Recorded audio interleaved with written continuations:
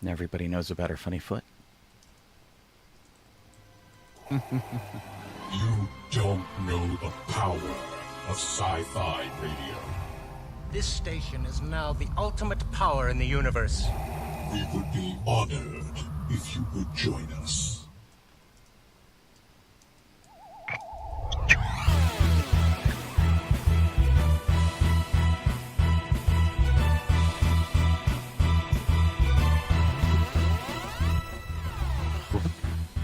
All right. It's another Thursday. Docking Bay 94, Season 14, Week 10. We don't really have episodes. We just have weeks. Yeah. Glad to have you guys here. Hope your week has been a good one. And you could be listening to us on sci-fi.radio. Sci-fi for your Wi-Fi. That's our audio-only feed. The mothership, as it were. You could be watching us over on my Facebook page, sci-fi.radio Facebook page, YouTube, or Twitch. All of those are great. We got our chat up. Ellen Kalachi's chimed in. Don is there. Foxtrot Joe. Talon Thorne. So there we go. Cool. So you have a request, Jeff, for your co-host, and it's not us. Huh? I think they want to see Clover. I don't know how I'm going to do that. With your she's background on the floor right now, might so you be might. yeah. If opportunity presents itself, you can see Clover. Although. Yeah. You never know. All right. How's everybody's week been? Good. Busy. Weird. Busy. In a good way? Oh.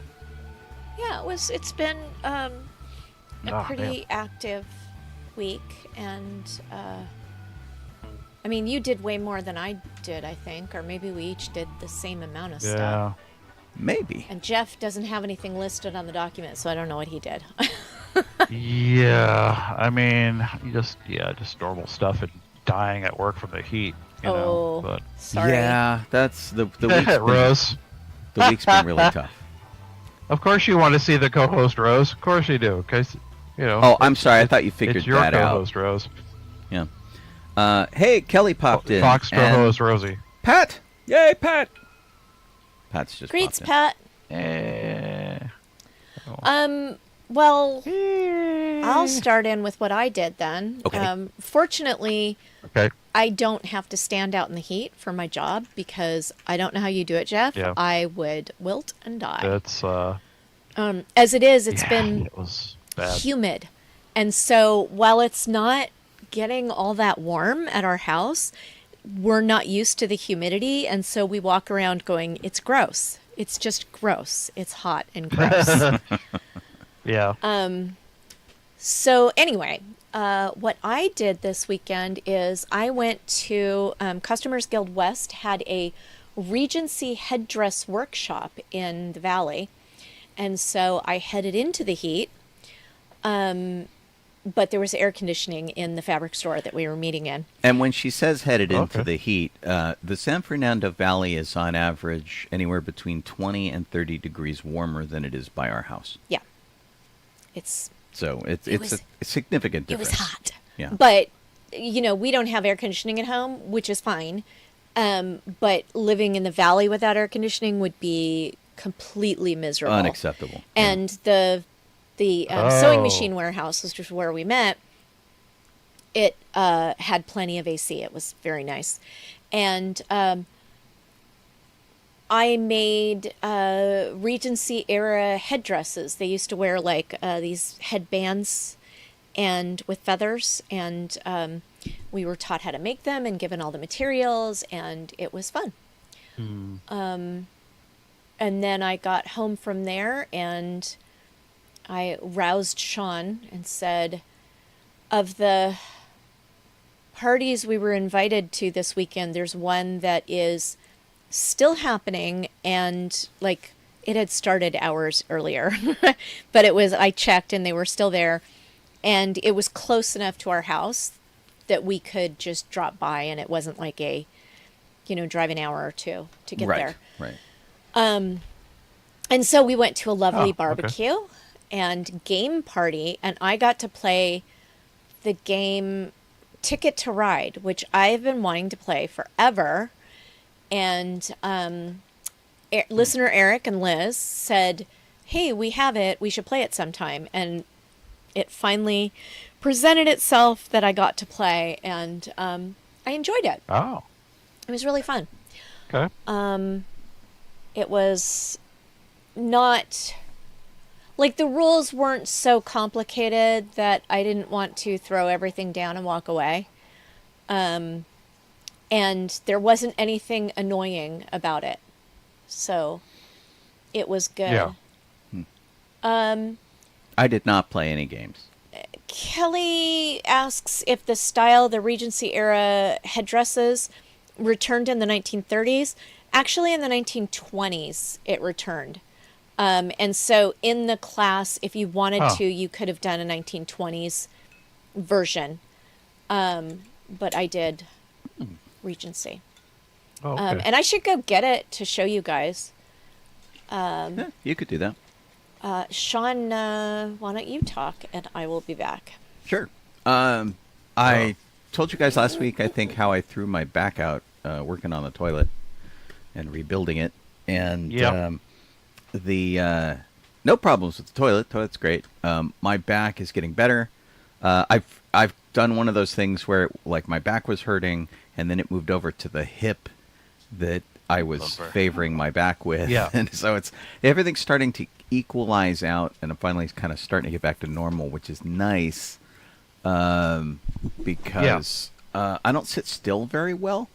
I'm not particularly good at that. So it's been a bit of a challenge to try not to go out and do stuff. And I got in a little scrape with my car a while back where whatever happened, I either lost one of the engines on my car when I hit this road debris, or somebody just swiped the engine off my car, which also has been known to happen.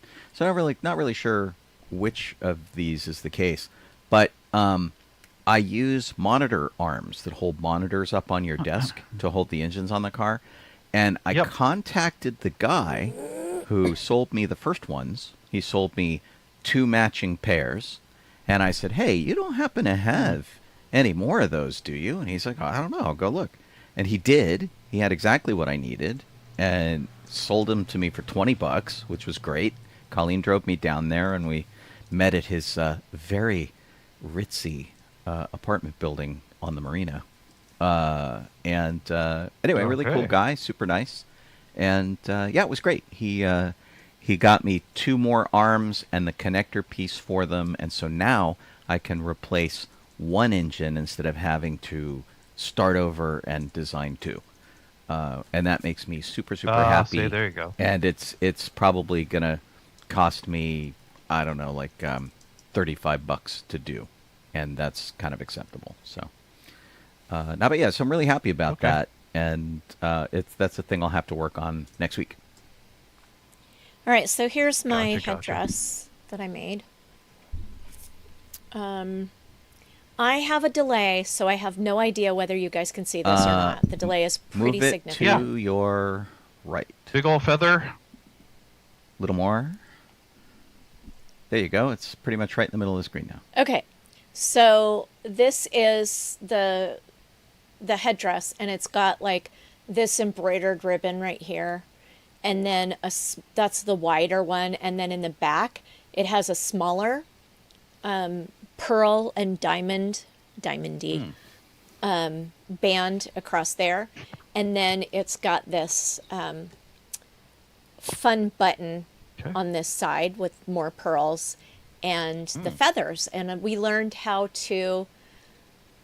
what materials to use to make the ribbon stay stiff like this. We sewed them on, where to get the various trims, and how to make the feathers look like that. Because when we started, the feathers were just the straight feathers that you see at like Michael's or somewhere. And it's worn. Okay. I probably don't have it far enough in front, but your hair is up in a bun and you tie the ribbons behind. Yeah, I'm not doing it far enough. Yeah, so anyway, it's like that. That's pretty cool. And it was a fun little class, and I finished the entire project, which was That's pretty awesome. perfect. You finished the entire project, and we went to the post office, and you mailed the teacher her stuff back. I did. She had a wild trip. She went to a convention, I think in the Midwest somewhere, I'm not entirely sure, where she taught this class amongst other classes. And then, or I think it was this class that she taught. And then she shipped her materials to one of the people who was hosting the class. And then she went on a trip to London and Paris. And then she flew in on Friday, taught the class on Saturday, and flew home to Oregon on Sunday. So she must be so exhausted. Well, she does sometimes sign in here and watch the show. Yeah, that's and true. she's not here tonight, so Well, I'm guessing she's wiped out. She was in the sewing circle last night and online. And she's like, well, I think I'm going to leave because I don't know why, but I'm really tired. We were like, we expect you to be tired for at least another week. We know exactly why Oh, geez. you are tired. Yes. That's super, super funny. Yeah. Yep. Right on. So then, additionally, we did that. We did the party. And then the next day, on Sunday, we went and saw the Fantastic Four, finally. Yay! Yeah, finally. I was worried about not getting to see that in a big screen theater. I was going to be super bummed out about it, so I'm really glad we sort of slid in under the wire. Because it's already out of IMAX and stuff. Like Jaws from 50 years ago is in IMAX now. So. Yeah. Missed your shot for Fantastic Four in IMAX. Boo. Yeah. I think that if I had to choose between the last superhero movie I saw, which was Thunderbolts. Mm-hmm. I keep calling it Thundercats, but it's Thunderbolts. I preferred Thunderbolts.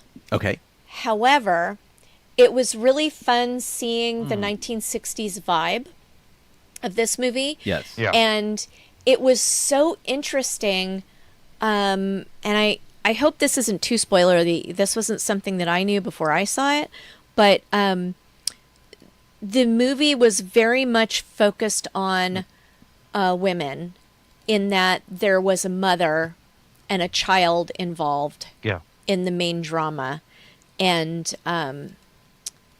so it was such a change that is not normally the focus of superhero movies, certainly. And so I liked that. We were discussing whether it passed the Bechdel test or not. We think it squeaked And by. I think it just squeaked by because there was a scene in like sort of a UN chamber where they were talking, and it was two women talking about the situation and not about men, which of course is the Bechdel test criteria, that you have two women talking to each other, not about men. Yeah. Because women, more often than not in movies, are just sort of, if they're not the love interest, where they always talk about men, they are supporting characters who are helping the men. So, unless it's something like Bridget Jones's Diary, which is all about Bridget Jones. Right. Yet she still talks a lot about men. Yeah. But the design was terrific. It takes place in an alternate universe, which is Earth 828. 828. Mm-hmm. And I think that is. It had to do with like Jack Kirby's birthday. It had to do with yes, exactly. Yeah. So that was really cool. A nice little nod to that. And then just recently, like within the past year, having been in New York, to see their take on New York and this alternate universe was great. Because like a lot of it took place in Times Square, where we stayed. We were like a block away around the corner from Times Square. And so to see all the giant video screens and stuff like we have now, but to see them like the bezels on our screen, how they're old school TV shaped bezels, just sort of like the ones that we've got around us here on the show, was super cool. I really enjoyed so much of the little nods like that.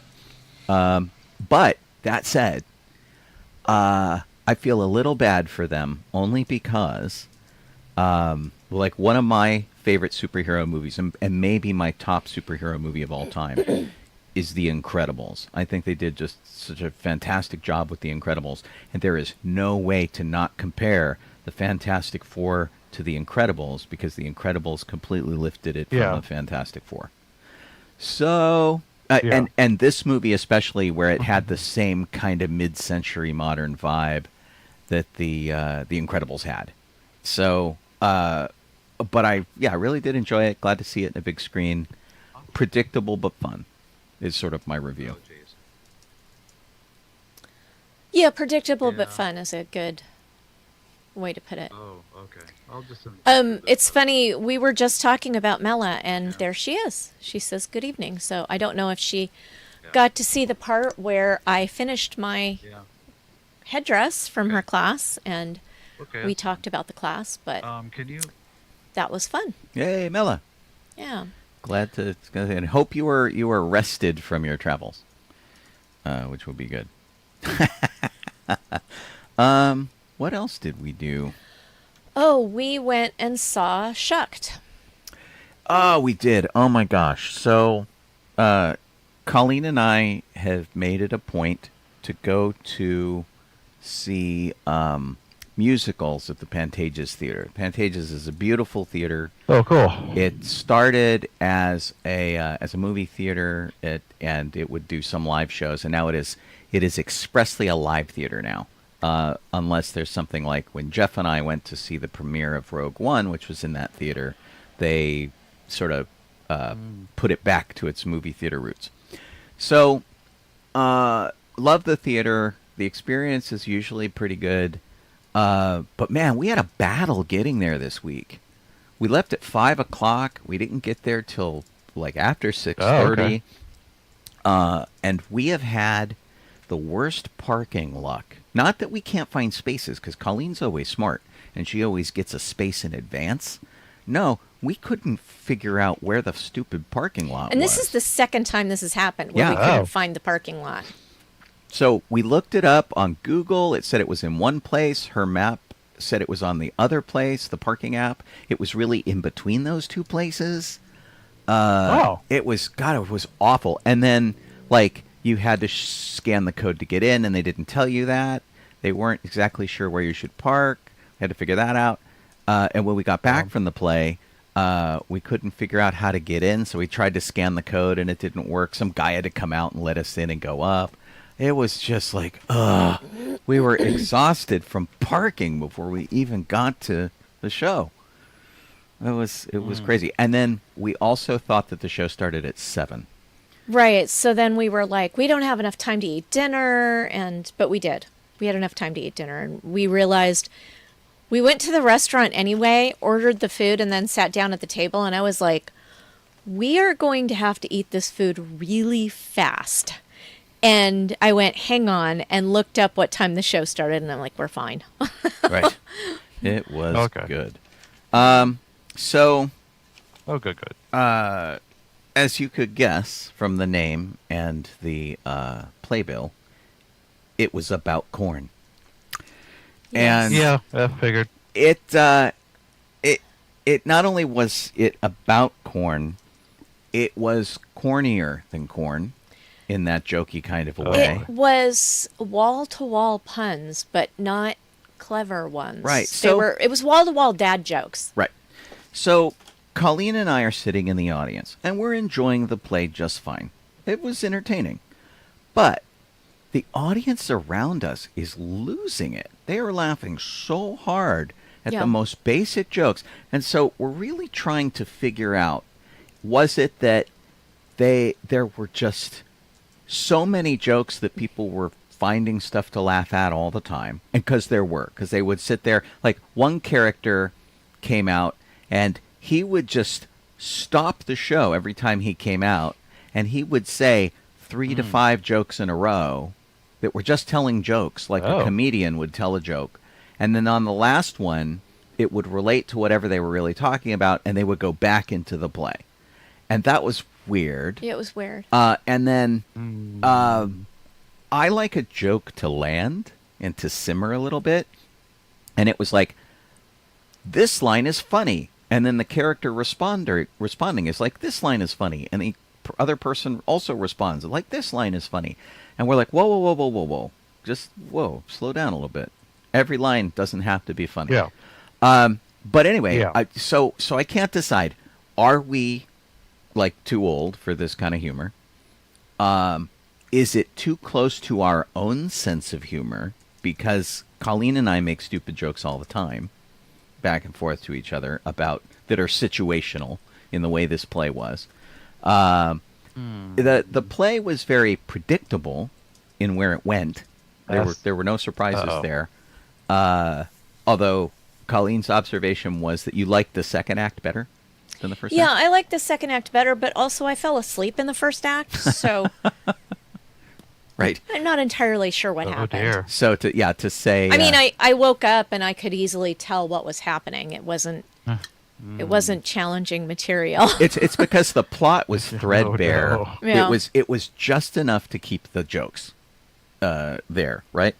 And so basically, it's about people who live in agricultural area. The main character goes to Florida, sees Tampa, Florida, gets like smitten, and brings a guy back to help them with the corn problem. They're having a corn drought where their corn is dying.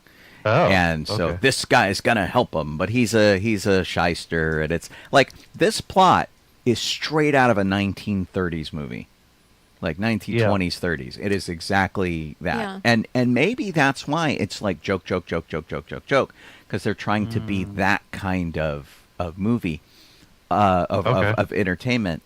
Maybe that's what vaudeville was like, and we just Yeah. aren't used to it.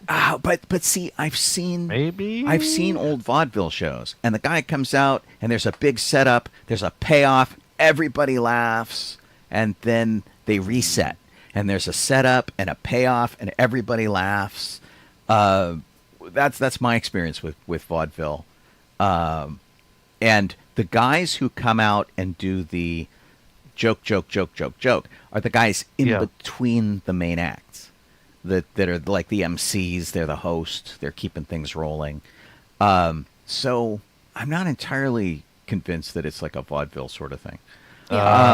And I will say that in no way did the performances suck. All of these people were supremely talented. They sang really well. Yeah. They played their characters well. None of that is in question. Just from the script standpoint, it was like, wow, a lot of these jokes are really, really dumb. And like most of them were like groaner jokes. You know how you're like, ugh. Yeah. For yeah, me. Yeah. But the audience was, loving it. So what do I know? Well, the thing is the thing that made me really sad is that I love dad jokes. Yes. Like Gene Turnbow, station manager Gene, he'll like sometimes message me dad jokes, Right. and I will always laugh. Yeah. They're always funny. Yeah. Even though they're not funny. Like Yeah. you groan, but I laugh, sort of a thing. My best And I example for the wasn't kind of jokes laughing. that Colleen loves is if you remember the last Ghostbusters movie, like the last couple, all of the jokes that Phoebe tells, the really stupid science jokes, are exactly Colleen's sense of I humor. love those. That's what she loves, right? And there were a couple of those but the majority of them were subpar from that. And a lot of them were like dumb sexual innuendo jokes Right. that weren't clever enough Boo. Right. to. And they went on too long. Yeah. Yeah. Because I like Oh, good, okay. I'll take double entendre all day long. Right, but they weren't that subtle. Right. They were like in your face. Yeah. And It's I don't want it in my face. It's more, That's okay. it's more fun when they're like cutesy and flirty. Yeah. Yeah. So anyway, but anyway, this is going on. If you're in Southern California and you want to see it, they are putting a lot of their tickets out for sale at like 30-40% off. I think they're trying to get people for the last few shows. They're only in town for like another week. They do have their own bourbon whiskey that you can get. That of course is made from corn. It says shucked, of course, shucked on the label, which is really funny. And look, I always enjoy a night out at the theater. I love going out with Colleen and hanging out. The parking made it, I think, a little more stressful than normal. Plus, the fact that I'm in massive amounts of pain makes me grumpy. Yeah. So that certainly put a thing on it. So, I mean, we had a really good time going out. If you really want to see a dumb musical with good performances, go see this. I mean, I'm not going to tell you not to go see it, but it's dopey. It is by far the dopiest show. But that said, I mean, we did like it more. I did anyway, more than like The Bodyguard and some of the other things we've seen at this theater. So yeah, it's all relative to each other. But yeah, we had a nice night out, and it all worked out in the end. Is what happened. They did take down. That's good. Yeah. They had a giant display on the corner of Hollywood and Vine that was. Is it Hollywood? No. What's the street that the Pantages is on?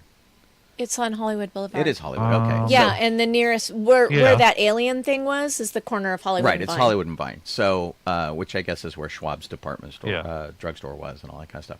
So they had these walls around a parking lot that was like an alien enclosure from the Ridley Scott Alien thing, because there was a new Alien movie, and they had these giant screens with like alien eggs pulsating in there, and like aliens stuck in this cell, and Alien was sitting. It was really, really cool, and they took all that down, and now it's just a very sad parking lot. Yeah. Oh, boo. So That's probably for Alien Earth. that was a bummer. Yeah, it was. It was, I think, for Alien Earth, and actually, what we were discussing, they had keypads on each of these doors, and like I went up and I put all the likely suspects in for various codes that should activate something, and like nothing happened. I think it was a big fake out. I don't think boo. the keypads did anything. Yeah, I don't think they did either. Yeah. And I think it was supposed to be that they were escaping holding. Right. Yeah. So, yeah, it was very funny. Dawn wanted to know where I got my Okay. shirt, but I can't remember. I'm like looking at online shops boo. trying to remember. Yeah, you got me one too, and I don't. I don't think it was Redbubble. But like if you just put in the phrase "I have friends everywhere," There are it comes so up with a ton of many. them. Yeah. TeePublic actually has Oh, okay. one of the least expensive prices, but it's a different font Right. than this one. I've seen a lot of them. We were inspired to get ours from what's his name from Supernatural, who plays the angel. I can't think of his name. He had one, and I'm like, I want one. Okay. That's funny. I don't remember that it was him, but sure. I showed it to you. He had it like the day after all the protests we were at. Right. He had it, and he played Castiel, and I can't think of Yeah. the guy's name. Just Like, driving me nuts. Misha Collins. yeah. God, yeah. That was on my ham tip, dude. Yeah. I know, right? But he's absolutely one of the nicest human beings on the planet, and he was wearing this shirt. He took a picture with Lee Thompson because they ran into each That's other right. at the LA Yes. protests, and he had this shirt, and I'm like, I'm in. I want one. And Colleen. Yeah, I got just them. did a search after he showed me that and landed on the one that I liked and ordered 2 of them. But for the life of me, I don't think I can find the exact same one. Yeah, we might have So- it in the email. Oh, Like a receipt or something. okay. Yeah, if I had saved it, because I delete those emails once. God. Once I Oh, need dear. to do that. I need to just go and delete entire years of my email and, like, just suck it up. I have, like, 30,000 emails in my Oh, of course. Gmail. At least. Because I get rid of the spam and stuff, but, like, Wow. personal interchanges I keep. it is still here. I bought it at Look Human. Oh, great. I will put the Okay. link up for you The you link. all. Yeah, there you go. Great. I'm putting it Cool. in Twitch, That's neat. and I'm putting it in Yeah. Facebook, and Sean's Facebook. Yeah. And Everyone for those of knows. you who are on the radio, the company is called lookhuman.com, all one word, Look Human. And Just search for I Have Friends Everywhere. yeah, and then you have to decide, like, do you want it on a woman's tee? Do you want a men's tee? They have all different types. woman's tea. Right.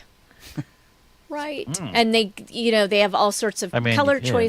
choices, and it's a good deal. All right. Yeah. I lost our show document. Oh, no. Where did it Oh go? dear. Yeah. Poor Sean. So What do you got, I Jeff? do have news from this week. I just wasn't really sure if I was able to share it until a little bit ago.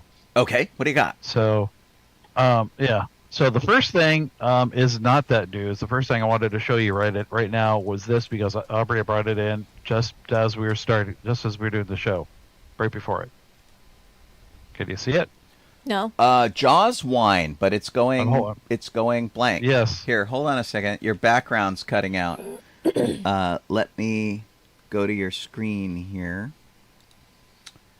All right. Hold it to my face or closer to the camera. Oh, maybe. that's better. Closer to the camera's better. So Yeah. we can see the label. Ah! Raise it up a bit. I am. There you go. Well, that's pretty cool. So it's It it's is white difficult 'cause wine. yeah, the darn blue screeny thing. Yeah, it messes us up all the time. I like it. Yeah.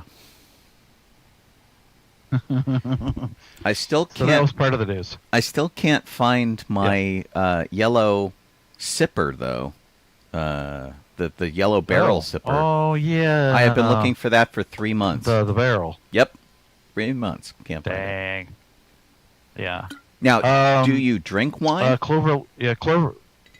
Not very often, no. Really, to be honest. So this will be like something I've had in a long time, because usually I don't drink wine. Right. So it's a collectible for you.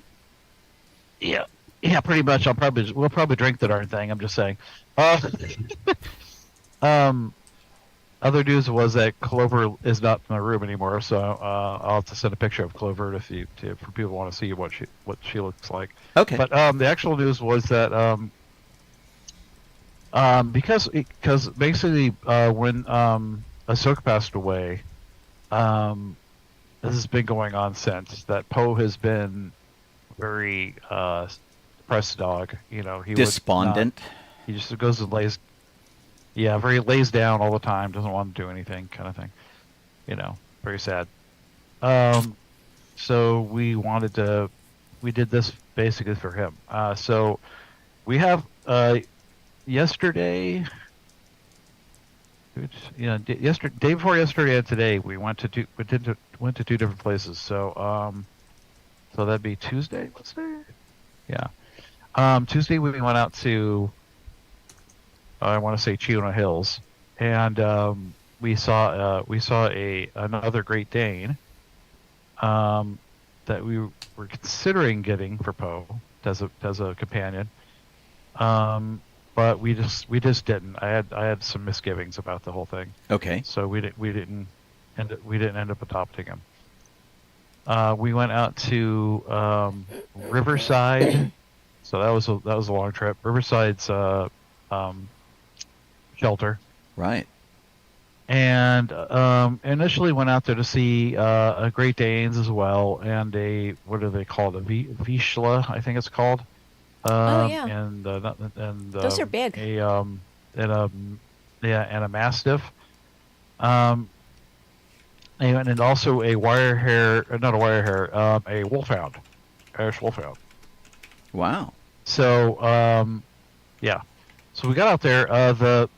The Mastiff was like a little puppy.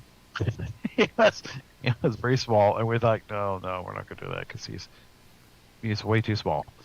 And then the Great Dane the Great Danes were adopted, so we couldn't get that. Okay. In any case, and the Vizsla I think was not what we were looking for. It might have been adopted. I don't know. Anyway, we did finally found the Irish Wolfhound, and he's cute.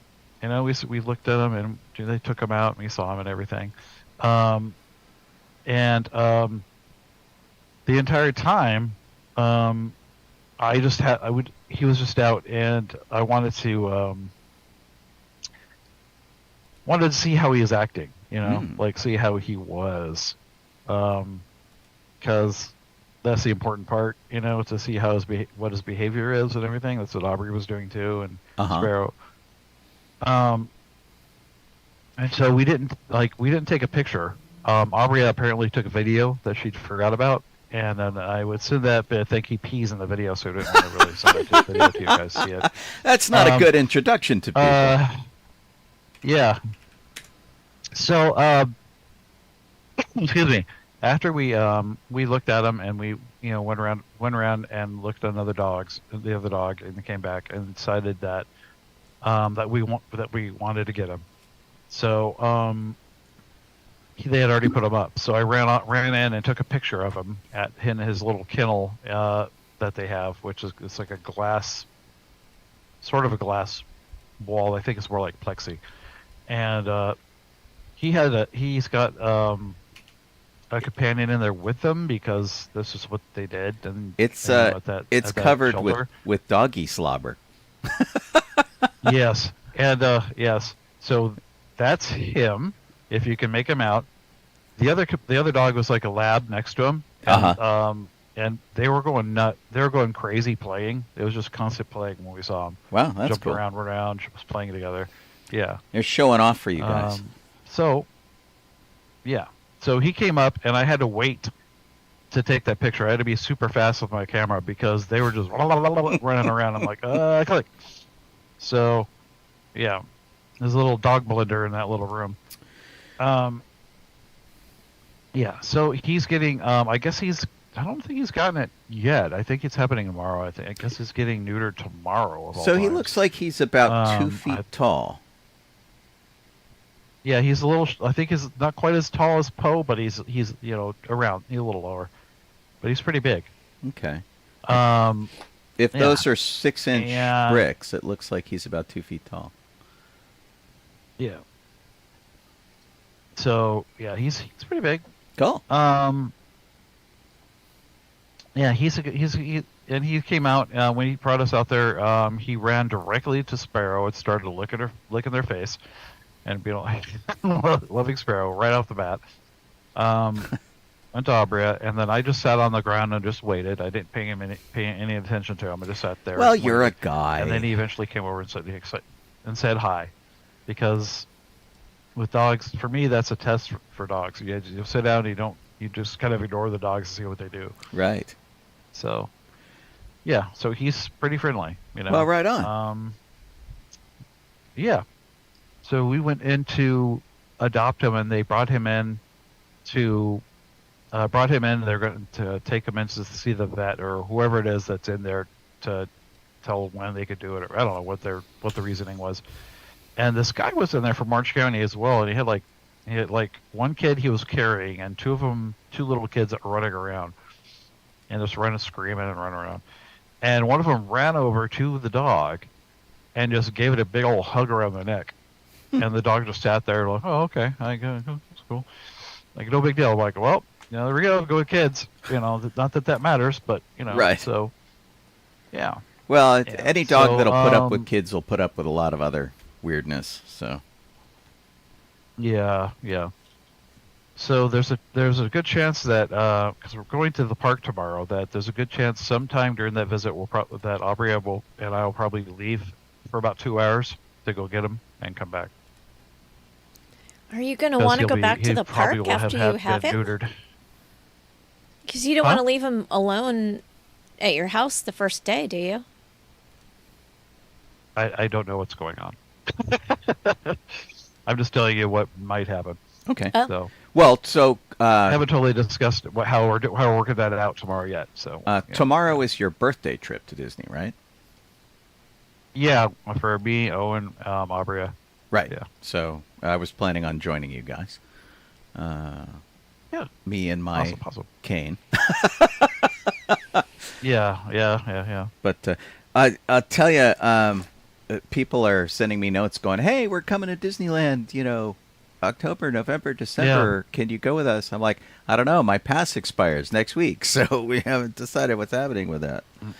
And I got to say, I feel a little funny. I got to show you guys this because this is weird. So I kind of keep track of Disney visits by parking receipts.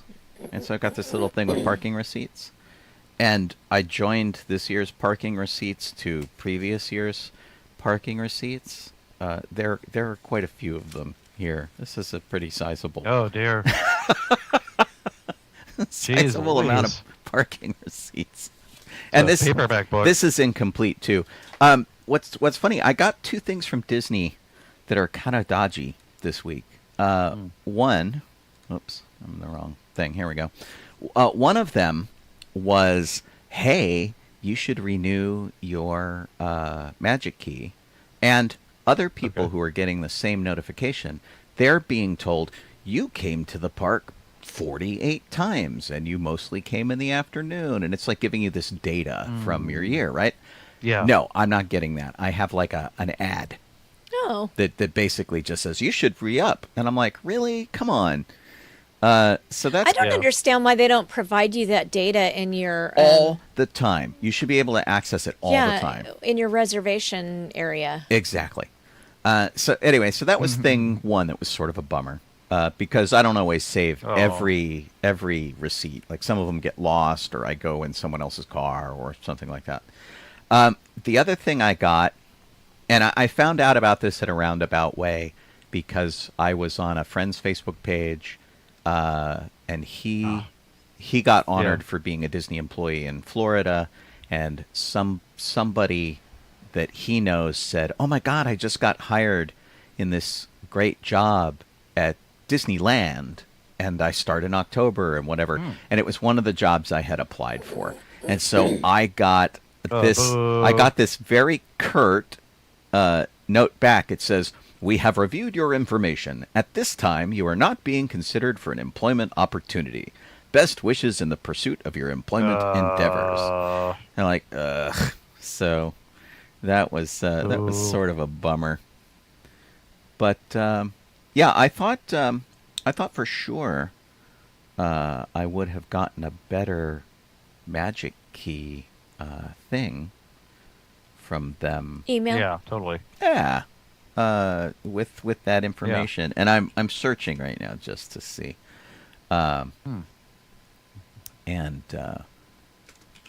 but yeah, there's this thing that says your Magic Key expires in 7 days, and it's less than that. It's 5 days, and I'm looking at it, and I'm like, where's the thing that tells me how many times I went? Boo. So. Ooh. Rude. That's a bummer. What the heck, man? Yeah, super rude. Like, I feel kind of ripped off, man. Yeah. Jeez Louise. Answer to Kit, we don't have a name yet. We're still working on that. That takes a while. One of the contenders for Poe we had... Yeah. One of the contenders we had for Poe originally was actually Egon, believe it or not. But I don't know if that's something that's going to transfer over. So we're working on it. Well, the dog doesn't wear glasses, so Yeah. I know. It's good with the, Lady A, I don't think he's a full-blooded Irish Wolfhound. I think he's mixed with something, but because I think he would be quite a bit bigger than he is right now if he was. So I don't think he'll get quite as big as a full one. Much like Poe is not full-blooded Great Dane, so he's not going to be as big as a Great Dane can get. He's pretty darn big, but not that big. So they're probably going to end up being roughly around the same height. Once the new pup gets that tall or gets that age. But yeah, there you go. Kelly asked what job I had applied for at Disney. I applied for a position called pictorial artist.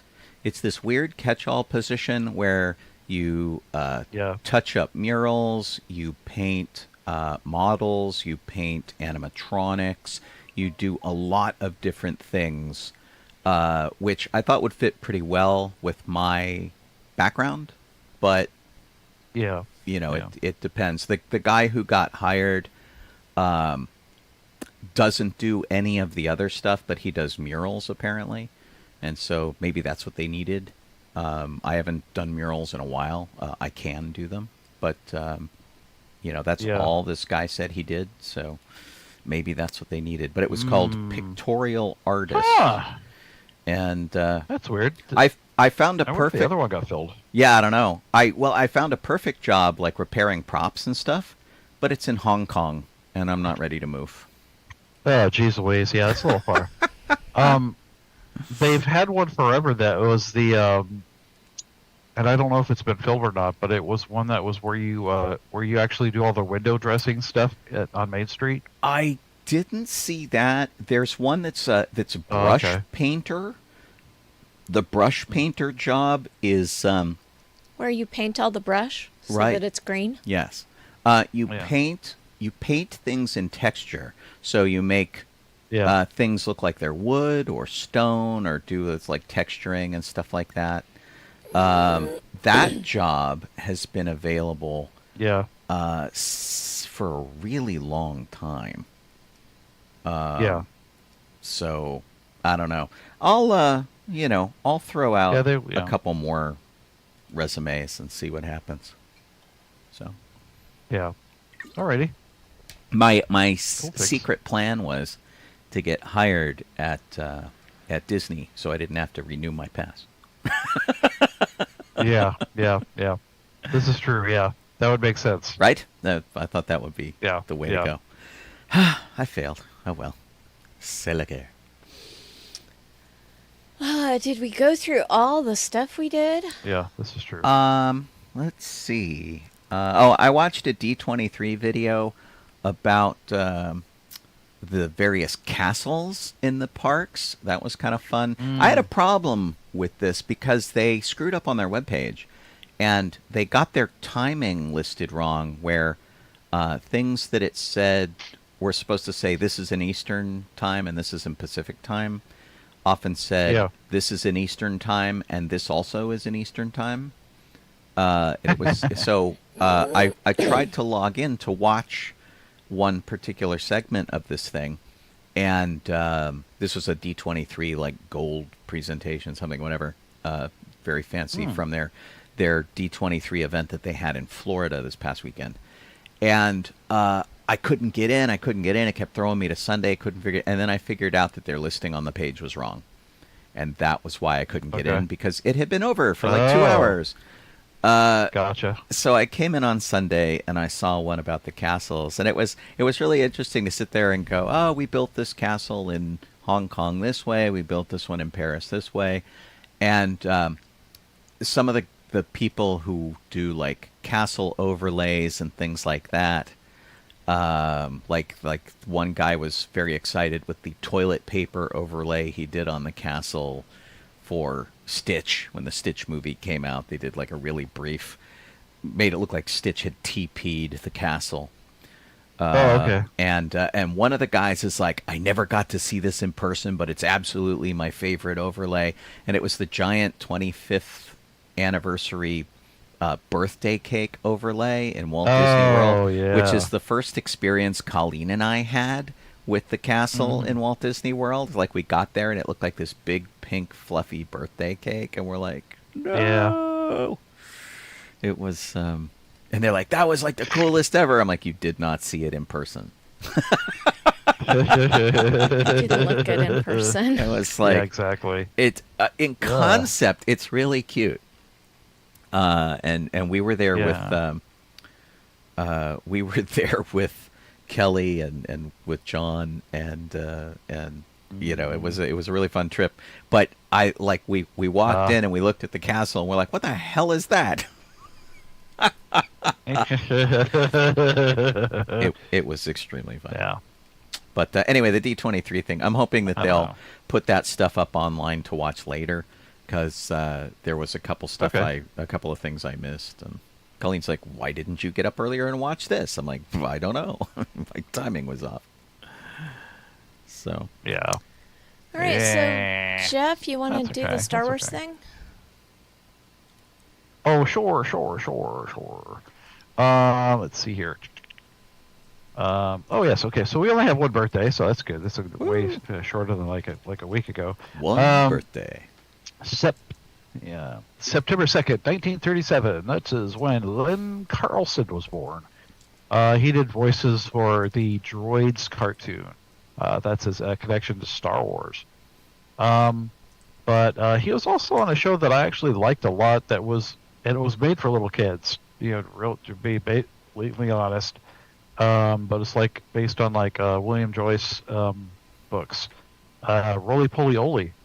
He was the voice of Pappy and a couple other characters on it. Cool.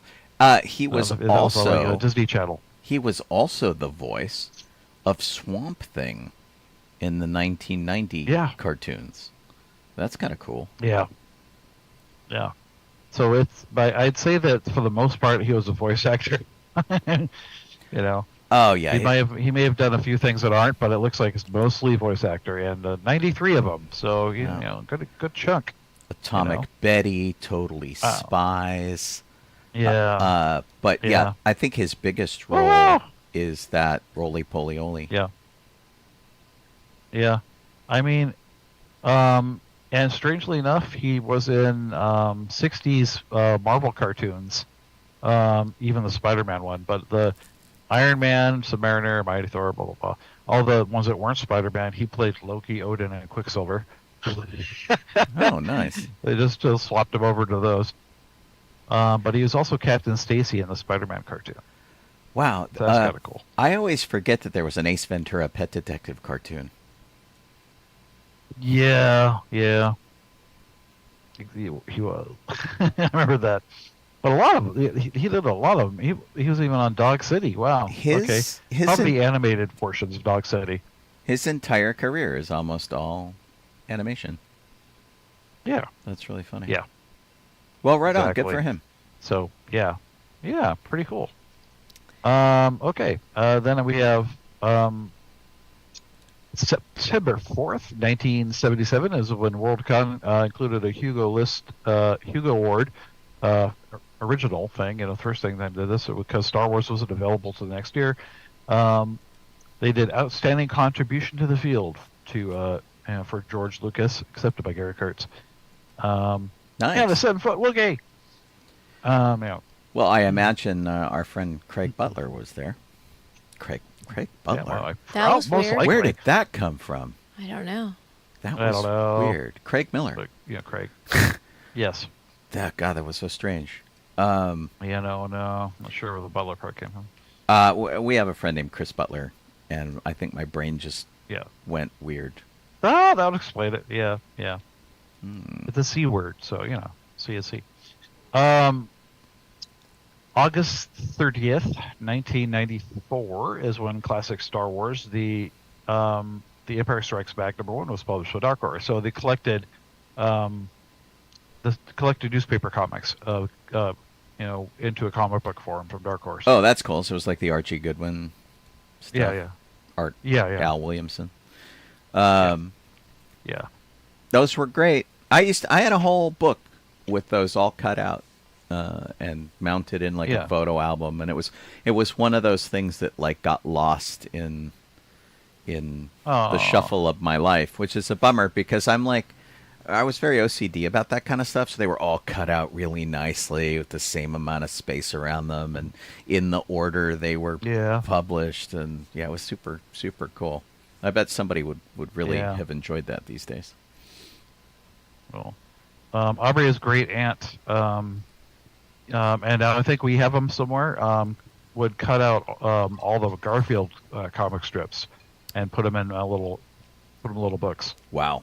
So there's like a bunch of the original newspaper printed Garfield somewhere. You got to be careful about something like that because you have to call it at some point, make a decision to stop. Because The Simpsons. Can you imagine somebody who started recording The Simpsons on VHS? Oh God! And where they are now? The room would geez, that'd be an entire room of just that. Right, and of course, at some point you can't get a VHS tape anymore to keep recording. No, I know. I don't know where. Yeah, geez. You have to switch to DVD, and now they're all on streaming, or you can buy them in sets or whatever. Yeah. But my gosh. Yeah. Exactly. September 1st, 2003 is when Hayden Christensen put on the Darth Vader costume for the first time for filming in Revenge of the Sith. Dun dun dun.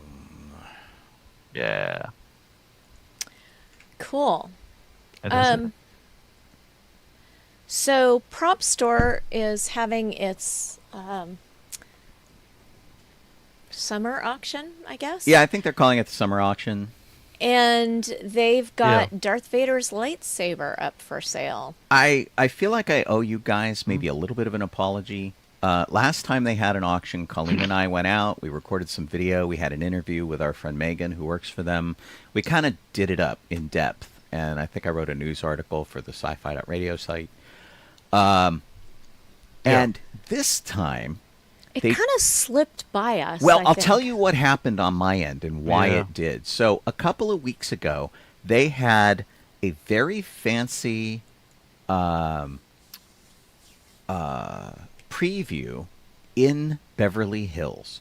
They brought a bunch of stuff out. They went to a hotel in Beverly Hills. They put it all out, and they had like their high-end bidders come in and do this reception. And so I thought, oh, they're mixing it up. Very cool.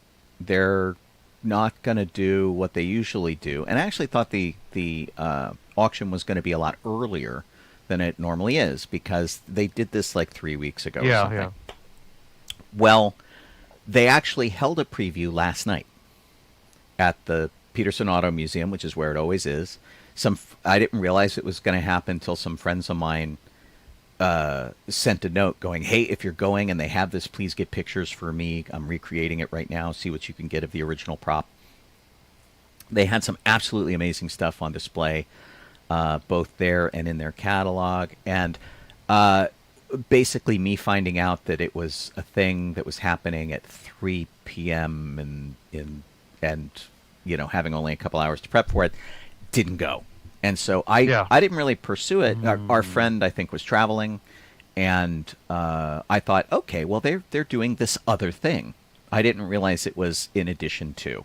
So our friend, Craig Miller, whom I mentioned just a moment ago, he went, and he's like, I didn't see any of our usual friends. And I'm like, I think that's because we all got confused. Because people I know on that chain, in our little Facebook chat, were like, oh, yeah, I'm not going. Because I thought it was this other thing. So I feel bad that we didn't cover it in our usual depth. Not that it's a big deal. It's just fun to do. And us being prop nerds, it's always a really fun thing. So I apologize for that. What I will show you is this. This is their catalog. With some of the Star Wars stuff. They've got 3PO hand backs. They've got alien hands. This is Anakin's practice lightsaber from the prequel. They've got some Star Wars posters and stuff. There's all sorts of great stuff going on in the catalog. This is the Vader saber Wow. in question. Dang. And this is the one from the Empire Strikes Back and Return of the Jedi. It's the one that's the dueling saber. There's a post at the end that you could fit a blade over, so that you could fight with it. And I mean, Yeah. from what I heard, it was already up to $1.5 million last Ugh. night. Wow. Right? So that's kind of crazy. Louise. But I mean, and I say this all the time. I'm going to say it again. If you like props, if you recreate props, if you like costumes, go download their catalog, because they have pictures like this, and you get these amazing photographs that's amazingly of the good. actual props that you can't get anywhere else. And so these guys kind of perform a public service for us by That's doing this. cool. Absolutely amazing. And yeah, it's just really cool stuff. They had our friend Craig Miller. It would be hysterical if this was actually his. This is a snow speeder that was given as like a crew gift that they made up. They made a whole bunch of these, which is fun. Here's Yoda's left hand. Which is kind of fun. It's one that Frank Oz used. Anyway, all sorts of stuff going up for auction. And some of the other things that they had, and I'll tell you what, let me This is awesome. try this for a second.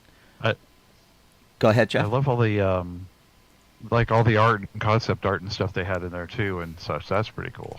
Well, this is the one that you were excited to see the Indiana Jones dad costume in, right? They did, yeah. And yeah. What I was looking for, I don't see a way to search. Let me try this. Yeah, I have this. When I looked at it last time, I had to scroll a long ways. So I'm doing a search for. They had the motorcycle on display last night for Indiana Jones and the Last Crusade. Oh, fun! Which is up for auction. You okay. can buy this freaking motorcycle, which I think is amazing. Oh dear. Here's Henry's suit, and they have a couple of them, and so these are Indy's suits from the film. His right tweed. there. Yeah. And then this is Henry Jones's suit, and this is the one that he has in the Grail Temple. So it's the one he gets shot in. There's like blood stains and holes in the suit, and you can see where like the blood pack was and all the distressing and stuff. Yeah. Which is funny. And then they have a pair of glasses. They're not Indiana Jones. They're not Sean Connery's. They're Steven Spielberg's. Yeah. He wore them while he was making this movie. They're his personal glasses. Wow. Which I think is great. And this. I am so sorry I didn't go. Only because of this. Here, let me. I like Superman there. That's awesome. Yeah, Superman was cool. Those from Back to the Future. Yeah. Those were the Pitbull. So there was a full Rocketeer costume on display last night, which would have been amazing. Oh, cool. And even better than that was this rocket pack, which is like the hero display rocket pack that actually shoots flame, and it has all of this detail, all these removable parts, all of this stuff. Just an absolutely beautiful prop. They expect it to go for up to $150,000. This auction's going on right now, and so like if you've got the scratch and you want to bid on something, lots of horror movie stuff. They have something from Small Soldiers. That's really fun. That's awesome. Yeah. Anyway, there's a lot of stuff going on here. Spider-Man suits, stuff from Stargate. Anyway, I could just completely look at this like. Do they have some of the stuff that was in the last auction that didn't sell? I would imagine. Was there something you were thinking of in particular? Well, didn't this poster that we have up behind us, didn't that not sell in the last auction? I don't know. Let's find out. That was by John Alvin. And so, let me see. There are 3 things here that say Alvin, but it won't seem to let me go to them, which is... that's a cool Rocketeer, weird. Rocketeer poster, but yeah. Let's see. Alvin. Eric says they have some of the Batman return items, and he worked on that. Oh, very cool. Okay. Yeah, I don't know. Oh, I see. There's one John Alvin poster here. It's this one on the right that is the Rocketeer concept poster. Oh. So that's the only John Alvin thing in this auction. Okay, so the answer is no. Yeah. Okay. The poster that we have hanging on the wall, which is signed by John Alvin, signed by the artist, it's a print. I remember them selling it at Disneyland. We have it here framed, and whatever they got for one, they got like $1,200 or something for one of them. It wasn't signed, and ours is in better shape. But I don't think it sold. Oh, well, in the past they have sold one. Oh, okay. So, anyway, there's so much stuff. I really encourage you to go check it out. The entire auction is just chock full of whatever you love. It's like, really. And you know, this is a Superman costume, but it's not a good one. It's very purple. Dean Cain. This, on the other hand, how about a little Tron? That's pretty awesome. Yeah. What were you going to say, cool. Jeff? So we might have to pause. It's 8:07. Oh, I know. We blew past the top of the hour. All I need to do is remind you guys that you were listening to sci-fi.radio, sci-fi for your Wi-Fi.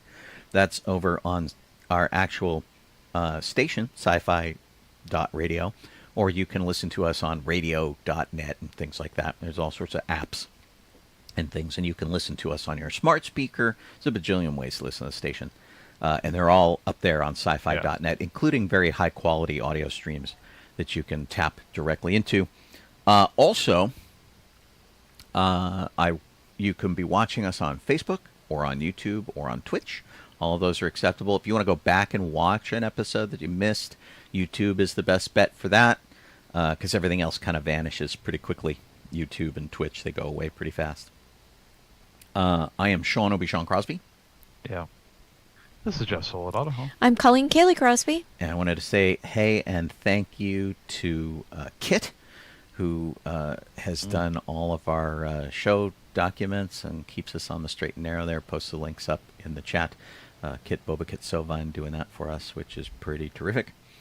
And yeah, my gosh, I could look at this auction stuff all freaking day. But we're sorry that we didn't give it the kind of coverage that we got to give it last time. We'll try to be better about that.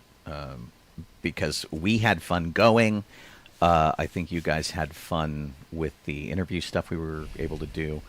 And we'll do. I think one of the things that happened last night, usually they have some sort of guest speaker. And I don't think they did this time. I think Brandon Alinger, who is the founder of the company and president of the company, I think he gave a presentation on some of the things. And Okay. I'm not sure that they had the Indiana Jones suits on display,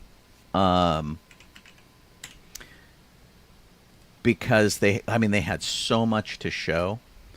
Oh, okay. And I was looking at my friend Craig Miller's page to see if he took any really good pictures of the room. He didn't. He just took pictures of the Vader saber, which he kind of has a connection to because he was working on The Empire Strikes Back at that time as a promo guy. So anyway, propstore.com, right, is where you want to go for that. And you can download their you can download the catalog, or you can look it up online individually and just download the individual pictures of costumes you like. And again, Yeah. I cannot stress more how much you should do this if you love these costumes and you think you ever might consider making them. Okay. Awesome. Home Depot has their holiday inflatables and other lawn ornaments coming out, and they've got Oh, some yeah. Star Wars ones that Sean has been drilling over. If only I had all the money in the world. So Darth Vader is back. Darth Vader was here last year. He sold out quickly. He is up for sale right now. They'll ship him to your house. They'll ship him to the store for pickup. Nice. He comes in a big box that you put together. He's rated for outside. He waves his candy cane lightsaber, which lights up. He talks. All this kind of cool stuff. And he's $300. Unless you get their not too bad for that. Jeez. credit card. Yeah, he's 7 feet tall. He moves his head and his arms and his wrists, and he speaks. Here's a little video while we're talking about him, and it's pretty great. And there's like a Halloween version, and there's a Christmas version, so you can kind of go either way with it. They had a Yoda like That's this nice. as well, and we have the Yoda that's part of our Christmas display. He's got a motion sensor, so when you walk up to him, he does his thing, and the head moves, and the saber whizzes, and all that kind of stuff. And it's Yeah. it's actually really nicely done. There's fabric parts Yeah. to him, and for what it is, which is this injection molded, blow molded plastic thing, it looks great, and you don't Yeah. have to have your friends stand out in your front lawn in a costume to make you think of it. It says indoor use only, but I'll say I've Could seen you imagine Yeah. how big your house would have to be to have Darth Vader Right. waving his thingy around? I have seen a lot of people. I mean, Darth Vader arrested for waving his thingy around. I have seen a whole bunch of people put these outside. The other one that they had is the Stormtrooper. Stormtrooper does the same thing. He does not come with a gun. He's got a candy cane instead, and he's pretty cool also. And I know people who've bought two of them. They put one on either side of their door. The big one this year, there are two. They added to this. One of these is Chewbacca, which oh dear. is legitimately furry. He's 7.5 feet tall, so he's as tall as Vader. He comes with a candy cane, and he's got an Whoa, he articulated moves around. mouth. He moves around. He is mostly fuzzy, and he's the expensive one this year. He's about $50 more Well, yeah. than everybody else, because I think the face requires a lot more care to get him to look like Chewbacca. He looks awful out of the box, by the way. You got to Right. comb his hair, do all that kind of I stuff. bet. He already has a comb, though, so Right. I mean, what do you get a Wookiee for Christmas when he does know. already? Yeah. He does Yeah. not, however, come with a red Life Day robe. I feel that's an oversight. That's I know. that's the thing they should do. Gonna have to get him gonna have to get a snuggie. Right. Anyway, he's pretty wicked looking, and he comes with his bag and his Yeah, bandolier yeah. and the whole deal. Oh, So cool. Chewbacca is $350, and then the other one, the one I actually want, were money no object. There is a 3.5 foot tall R2D2, and he is almost life size, like Chewie. I think it's a little Yeah. shorter too. This R2 is a little scaled down. He comes on a platform, and he rotates back and forth. He moves forward and backwards. His dome moves. His lights blink. Obviously simplified for this is his Halloween mode. He's got orange and purple lights for Halloween. He's got regular Christmas lights for that. Anyway, he just sits there and he chirps and he moves, and it's pretty animated stuff. Again, blow molded plastic, but it looks pretty good. Haven't seen him in person yet. And again, indoor use only, but, I feel that there are ways around that. So cool. And I'm really kind of impressed with this. Home Depot is not exactly my favorite store.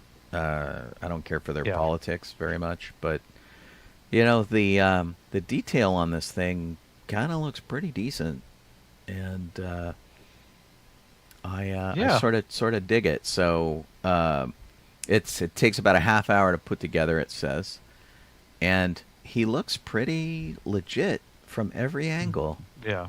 I'm really kind of impressed. And he is cheaper than Chewbacca at the same $300 that the other stuff is. So, good gravy. Now, it says out of stock on the website. That is because none of these have been sold yet. They put this up on their site. It's been a rumor for weeks. I think we talked about it in a previous show. They have yet to actually sell them.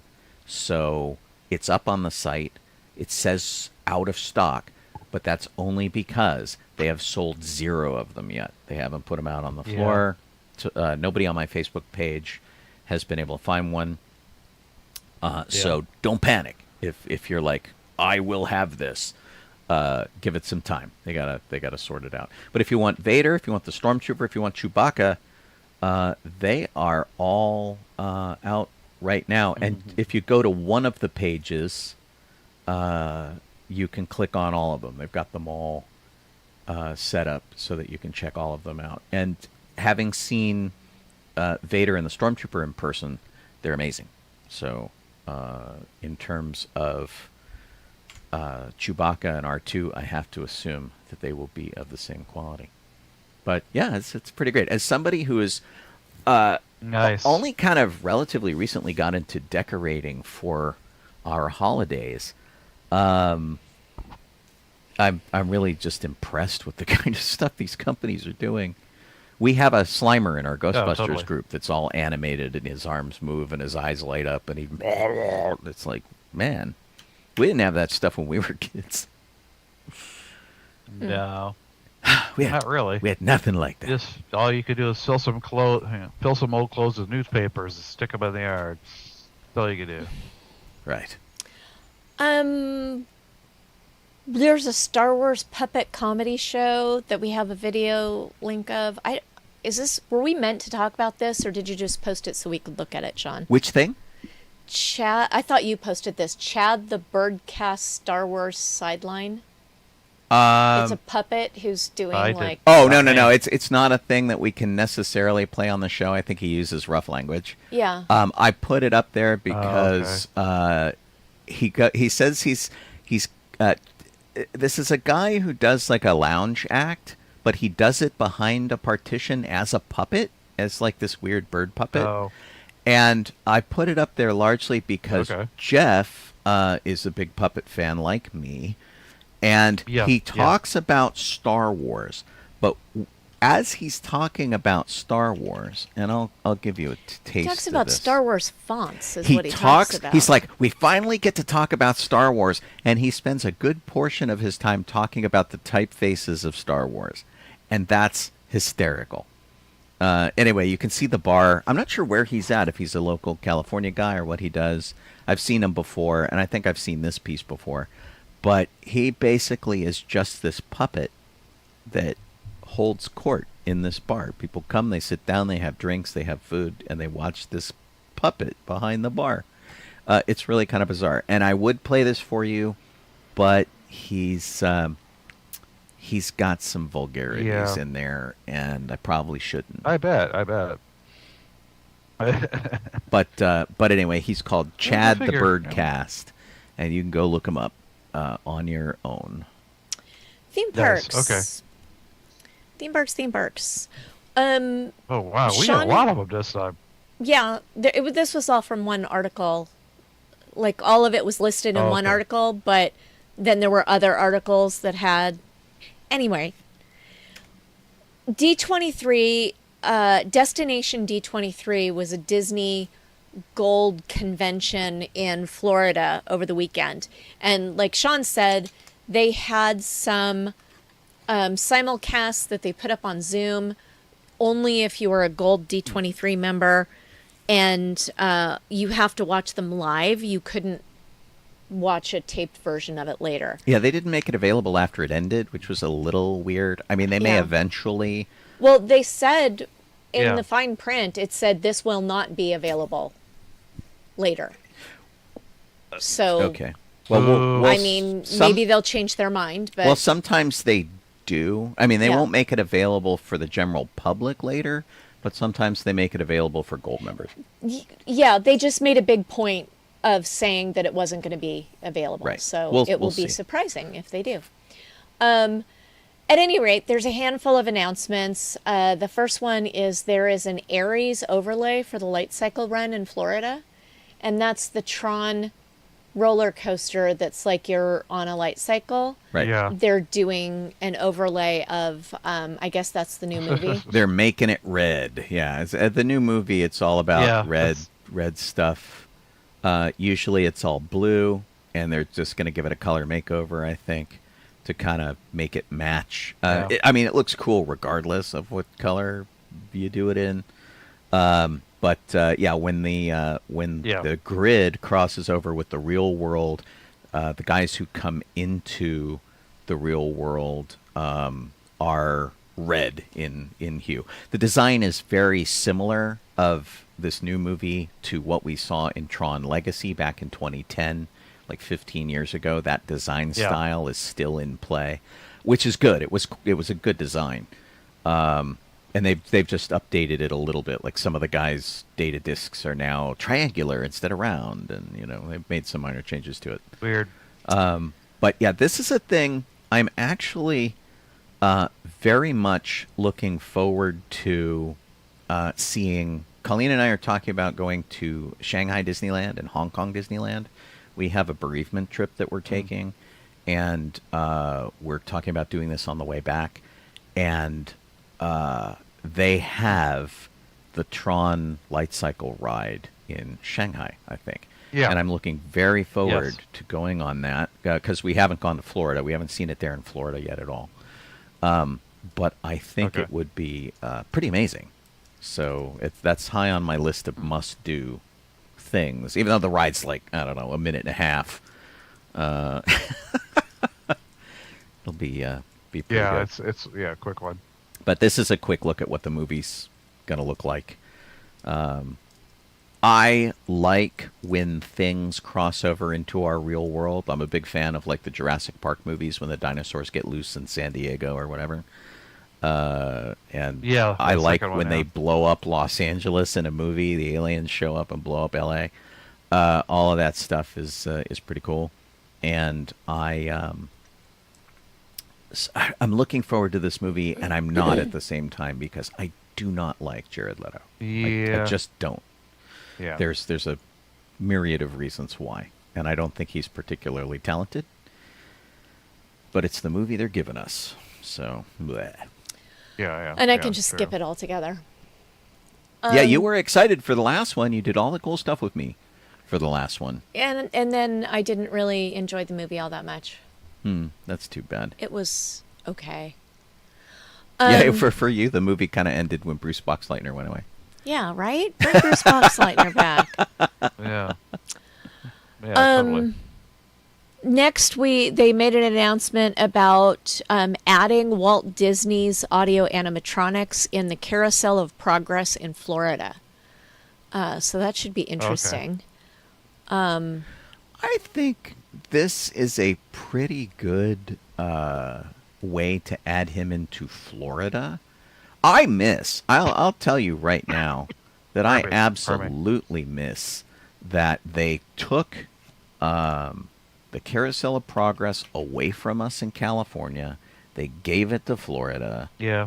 And we don't have a functional carousel building at all anymore, which is really a bummer. And so, I mean, I guess they could add easily Walt into one of these scenes. I think there's only 4 segments, or there's 6 segments. They would have to remove a I segment. can't remember. Yeah. And it's weird because the last segment is like the 1930s. I thought. No, Maybe no, it's no. the 60s? The last segment No. is ridiculously The future. Yeah. So Oh. the kids have VR headsets now, and the Oh. the oven is voice activated, and Yeah. so they have a problem with the oven because There are 4 main segments plus an introduction and a finale. All right. So one of those is going to have to go. Maybe the introduction. Yeah. Where because I'm sure Yeah, they could probably. they could put him in the introduction and go back in 1964 when we were designing the World's Fair, blah blah blah blah blah blah blah. So Act 1 is 1900, Act 2 is 1920, Act 3 is 1940, and Act 4 is the 21st century. Yes, and And they're each set on a holiday. right. I think it's Thanksgiving for the very last one. It is not. Oh, it's not really. Yeah. It's Valentine's Day for the 1900s, 4th of July for the 1920s, Halloween for the 1940s, and Christmas Oh, for Christmas. the 21st Okay, I knew they century. were making a turkey. That was all I knew. Yeah.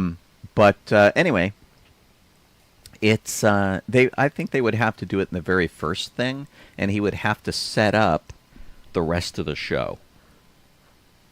Yeah. That's I mean, they the way could I would do probably it. figure out how to put him in the very end, like the Yeah. closing, going, this is what we thought it Maybe. was like or something.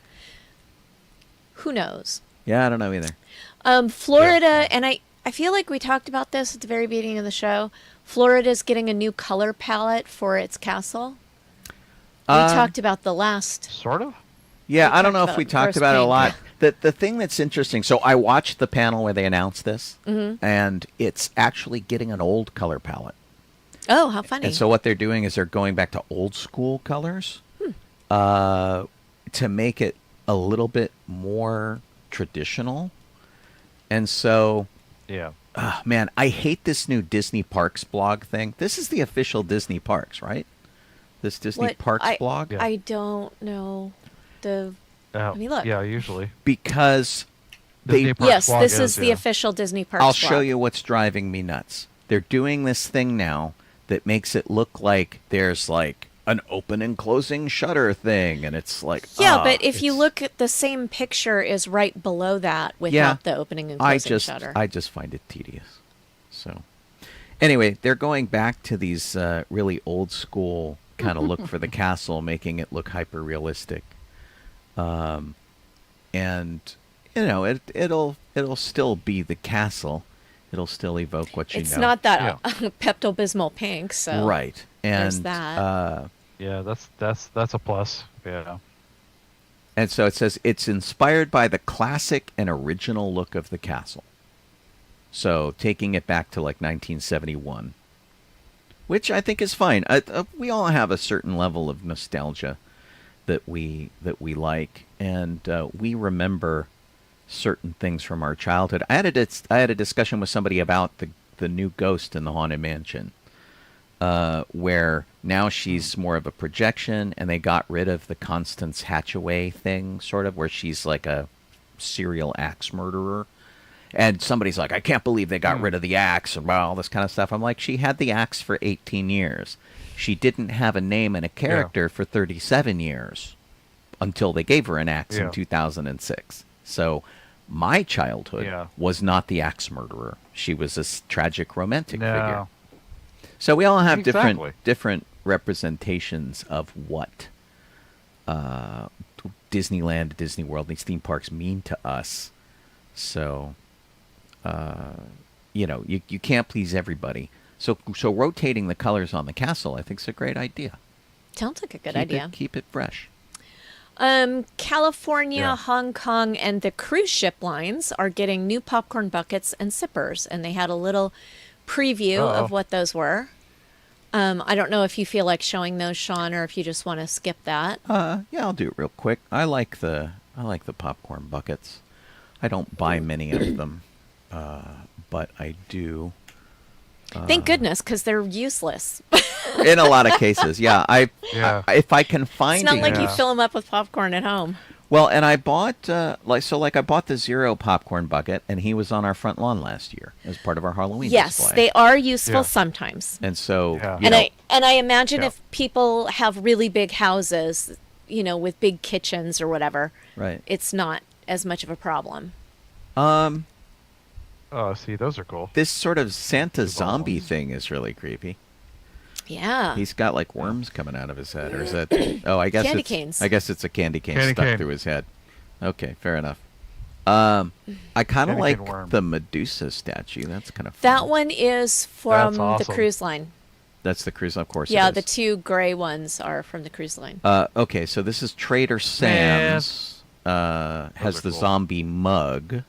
So if you go to Trader Sam's, you can get that. Okay. And what is this? Does it say? Oh, it's the Poseidon mug on the Disney Destiny. So that's what this little thing is. Yeah. And the Medusa is from the Haunted Mansion parlor. They call it the Siren. Yeah. That's weird. That's awesome. There is That's weird. a new Scream container. Looks like.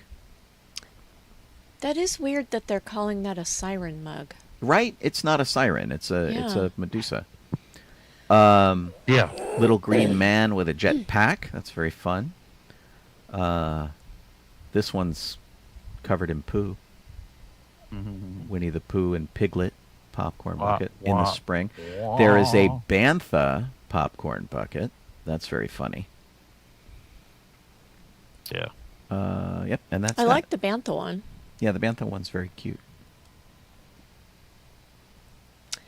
Okay, coming back to California, they're doing a new documentary on the construction of Disneyland called Disneyland Handcrafted.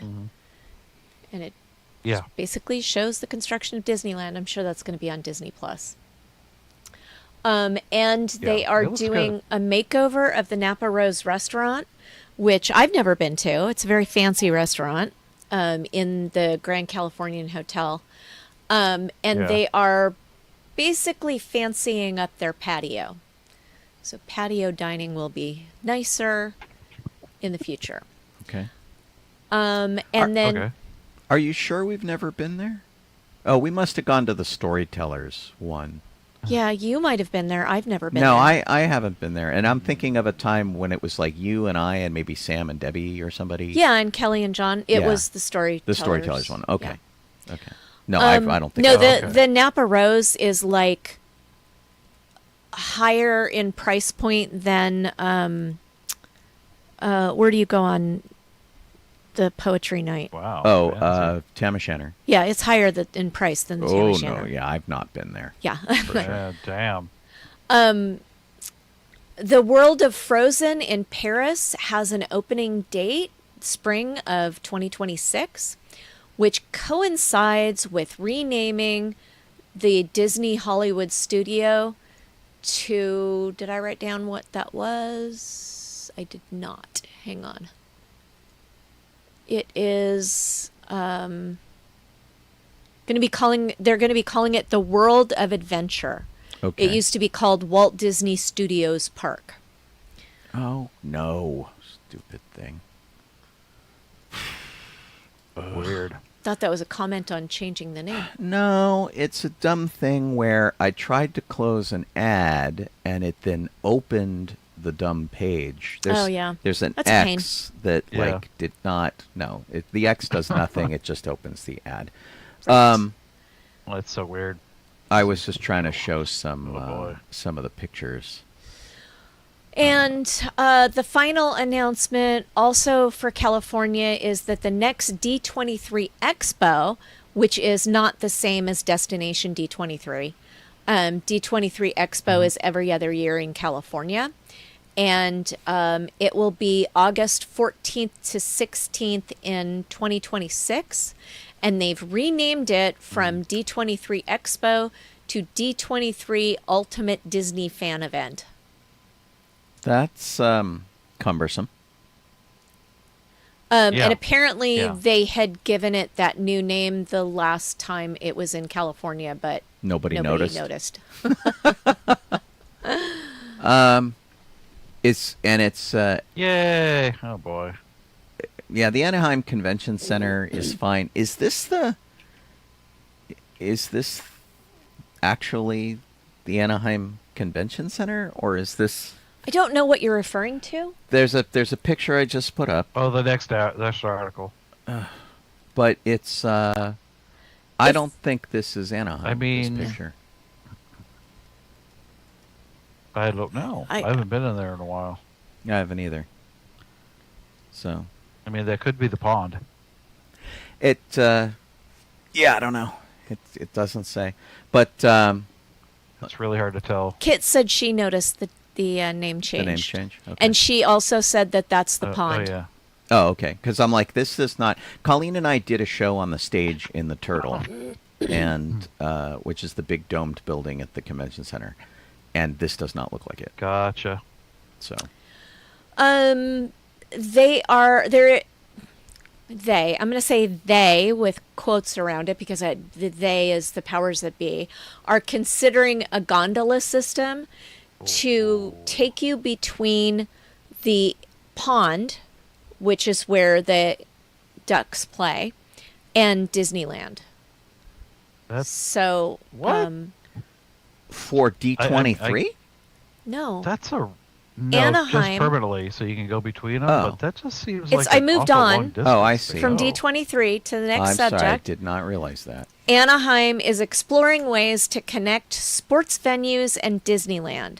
They don't have a solution yet, but they have considered gondolas, trams, and streetcars. And someone in our chat, Okay. I think it was Jeff, said people movers is what they should consider. Oh, I did. Yeah, that I think. Yeah, well- I think this people would be cool, but I don't know all the way from that far. That's A skyway yeah. isn't a bad thing either. It's just that who's going to want to go from Disneyland to the pond? Like, Yeah. I know, we're at Disneyland. Let's go see a hockey game. I mean, I Yeah. think they should Doesn't make consider any a sense, monorail like the one Vegas? in Seattle. Yeah, Seattle's good too. But having a monorail that would Yeah. go to all of these places and let you get off at those places would be fine. Something that Yeah. goes there and back doesn't make any sense unless they're going to start Right, parking that's- people at the It's like- pond. That's why I think the gondola system, much as I love a skyway, Mm-hmm. the skyway system just seems dumb. Right. Whereas a monorail, Yeah. you could have stops. Yeah. Yeah. The Skyway problem is also it's also going to go over the freeway. I don't know if that's really a good idea. Oh, it's either, probably not a but, good idea. Yeah. But you could put a monorail over the freeway. You could. Oh yeah. And then the final theme park topic that is also not at D23 or Disneyland is that a little boy got away from his guardians and was found walking on an elevated monorail at Hershey Park in Pennsylvania. They tried to blur him out Yeah. in this video. That's hysterical. Oh, that's funny. Because it's Yeah. all over the internet with him not blurred out, and you cannot see his face. Anyway, he's that blurry thing on top of the tracks. So what happened with this Yeah. kid Look is at all the people running. he lost his parents. He went to the monorail station, Which was closed. which was closed. He went into the station, got onto the tracks, which are reasonably wide. They're about 3 feet wide at least, and Okay. and he started walking along them. So you can see him walking pretty confidently along them. There's a man who climbed onto one of the snack huts there. He's climbing onto the tracks to go get the kid. So he gets the kid. They're safely over the building, and they come down. Boy, that's a lousy video. That like showed none of the stuff that. I wonder if that was the kid's Oh, dad. Lord. Or It was not the guardian or kid's something. dad. It was just like some random. No, because the kid's parents were elsewhere looking for the kid. Yeah. Which was interesting. He got separated, and the kid's parents, as I understand it, were like lost and found, Yeah. trying to find him. Yeah. Anyway, everything was safe. The tracks, of course, are something like 20 feet off the ground. That could have been insanely horrible. And the track at Disneyland is only about like 1.5 feet wide. It's considerably Yeah, smaller. And Disneyland has had a death in like 1966, I think. There was a teenage boy, a 17-year-old boy, who climbed the fence, got onto the monorail track, and security guards yelled at him. He tried to jump off the track, but ended up in one of the leaf coverings that are right below the track, and he sadly perished trying to sneak into Disneyland. It was a serious bummer. Oh no. So That's this could have been so much worse. The monorail, by the way, was not running in the park. Oh, that's a good This thing. little boy's incident. So he wasn't in any real danger beyond falling off the track. Yeah, jeez. Sean, do you want to take the rest in peace section? I will. Surely. Today, or yesterday, I guess. Today we heard about it.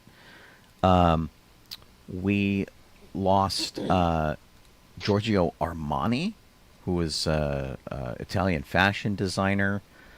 His company announced today that he passed away at his home in Milan at the age of 91.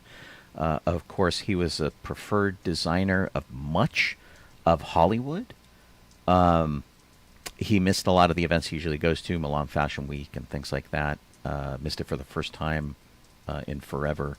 They were just doing plans to celebrate 50 years of his signature fashion line, and of course it put all of this on hold. He was born in 1934 and founded his company in 1975, and basically epitomized like the 1980s. It was like Armani completely. It was there in the 70s and then the 90s, but the 1980s were like Armani's to lose. And he did fashions for the Richard Gere movie American Gigolo, where they showed off just a huge amount of Armani suits. That was the thing for him to wear. Wolf of Wall Street, Leonardo DiCaprio wore Armani suits.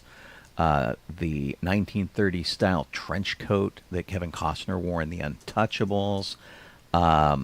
Bruce Wayne and Patrick Bateman, those two characters from Christian Bale, wore them.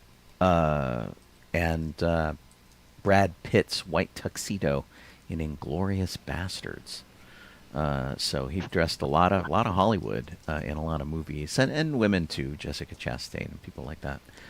Michelle Pfeiffer, Julia Roberts, Jodie Foster, Jessica Lange, Jessica Tandy, and Demi Moore, who was Best Actress nominee at the Oscars this year, and Adrian Brody, who won Best Actor. Both wore Armani. So Hollywood's going to miss him for sure, and he had a lot of style. We lost Randy Moffat at the age of 76. He was the brother of Billie Jean King, the tennis pro, but he himself was a major league relief pitcher, and so he passed away here in Long Beach, California. He played with the San Francisco Giants for a while, Houston Astros, Toronto Blue Jays, and they added him to the San Francisco Giants Wall of Fame in 2008. And sad to hear of his passing. And then recently also we lost actor Graham Greene. He was nominated for an Oscar for Dances with Wolves. He was a First Nations actor from Canada, and it's been great seeing the tribute outpouring this week of all of these amazing scenes, and it's like the man could do everything. He did full drama, he did comedy, he poked fun at himself a lot. Just super talented, really stand-up guy who, basically stuck to his guns in Hollywood. Yeah. Worked really hard to make First Nations people a viable casting Yep. option instead of casting anybody as a First Nations person. They're just like, no, cast First Nations people. And Exactly. yeah, just absolutely terrific actor. And of course, being in Dances with Wolves Yeah. didn't suck. And he got a Best Supporting Actor nomination, which was pretty great. Oh. And the movie, of course, won Oh. 7 Oscars, I think. And so, and that really launched his career, was Dances with Wolves. And he went on to do Maverick, the Mel Gibson, Jodie Foster movie. He was in Die Hard with a Vengeance with Bruce Willis, The Green Mile. Yep. He was even in Twilight. I mean, all sorts of great stuff. So, very sad to hear of his passing. He was one of those actors I will stop and watch anything he's in. Yeah, I remember him most from the movie Thunderheart with Val Kilmer. So right, yeah. Oh my gosh, really good. Jeff, what would you like to speed round? We only have about 13 minutes. Yeah. Yep. Ashley Williams, Evil Dead Ash from is coming back again for in a different form. Well, not really different. It's been in this form before, but it's sort of a different take. He's had crossovers in movies, or not movies, but in comic books, and that's what this is. Okay. Where he's crossed over with like Xena and Vampirella, Red Sonja, blah blah blah, fought Jason Voorhees and Freddy Krueger, yada yada. But this time around, he is going to be going to Riverdale and hoping to save the town of Riverdale, Archie and his friends from the Deadites. Oh. So, I hope it's I hope it's fun. I would like to pick this up and see it just because, Evil Dead, the first movie was horror, but the second one and Army of Darkness were really just like, and the TV series they did briefly were comedy. They're horror, but they're comedy. So, I can see how this would work out, especially in Archie's, with Archie's, because I think it's the Archie comics rather lately from Archie have not necessarily been as in the same vein as the original. The original was like more it was comedy, but it wouldn't deal with things that the newer one has, like they've dealt with ghosts and other things. Going on didn't they kill Archie at one point, and he came back as a ghost, and there was all this paranormal stuff. Yeah. And it's the Archie comics are taking a huge cue from the Riverdale TV series, also. So yeah, they're not your dad's Archie for sure. Yeah. So I do want to see this. Or read it, I mean. I just wanted to quickly say that Lego has announced that their upcoming Death Star with 9,023 pieces is going to sell for $999.99 in the U.S., and it includes 32 minifigs. Damn. Yeah. Wow. Did they say how big it is? Yes, it is 27.5 inches high, 31 inches wide, and 10.5 inches deep. Wow. It is recommended for ages 18 and above. Is there a picture? That is nuts. I gotta go get this picture. Holy cow! Because that sounds like a thing you put together and you put on a shelf and you like mount it next to the wall. Kind of a deal. It, in fact, looks like it's flat, not right. That's what I mean. This round. sounds like a thing that you put like you would put on a shelf. And here's a top view of it. Let me pop this over here. Well, there's a front view of it that shows that it's flat. So here's a top view that's got like a flat back and a rounded front. And Okay. Yeah, my gosh, it's got little vignettes all through it, which Jeff and I have seen when It's got 6 stories. we did the Legoland things. Guys would build stuff like this. Oh yeah. These are all Yeah, the this is true. minifigures. Yeah. That's crazy. Those are all the minifigs involved. Only 6 stormtroopers. And this is the entire thing assembled. Yeah, weird. That's crazy. That's crazy, and it's $1,000. Yeah. Good golly. $1,000. Yeah. See, these guys have the right. It's like It's probably that. backed up against the wall kind of a deal, and it's that makes sense. That's how I would do it. It would be on a shelf on the wall. Yeah. Wow, that's amazing. I like how it's so big that you can have a ship in it. Right? It's kind of like a mini shuttle in it. And Yeah. we It's helped. got the Emperor's little room.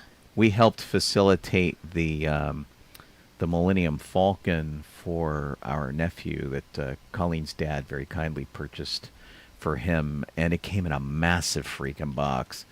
And this has got to be even bigger. Oh. It's Yeah. just insane.